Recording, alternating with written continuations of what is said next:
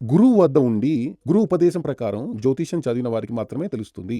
మంత్రాలు ఎప్పుడూ గురువు నుండి ఉపదేశమే తీసుకుని చదవాలి, ఉపాసన చెయ్యాలి అని మాత్రమే శాస్త్రం చెబుతోంది. గురువు ఉత్తమంగా ఉండాలి, శాస్త్రీయంగా చదివిన వ్యక్తిగా ఉండాలి. ఆయన నుండి ఉపదేశం అందుకుని మంత్రోపదేశం తీసుకుని చేస్తేనే ఆ మంత్రం యూజ్ అవుతుంది. ఆ విధంగానే జ్యోతిష శాస్త్రం కూడా జ్యోతిష్యం శాస్త్రీయంగా చదివిన ఒక వ్యక్తి వద్ద చదివి ఆ వ్యక్తి నుండి అనుగ్రహం తీసుకుని ఆయన చేత్తో ఒక పంచాంగం తీసుకుని అక్కడ నుండి వృత్తి ప్రారంభించాలి, జాతకం చూడడం మొదలుపెట్టాలి. అలా కాకుండా పుస్తకాలు చూసి చదివేసి నేను జ్యోతిష్యుణ్ణే అని చెప్పుకునే వాళ్లే 80% ఉన్నారు. అలాంటి వాళ్ల వల్లే మీ జీవితంలో ప్రాబ్లమ్స్ అన్నీ మొదలవుతాయి. కాబట్టి ఎప్పుడు కూడా జాతకంలోనో జ్యోతిష్యంలోనో సమస్య ఉండదు.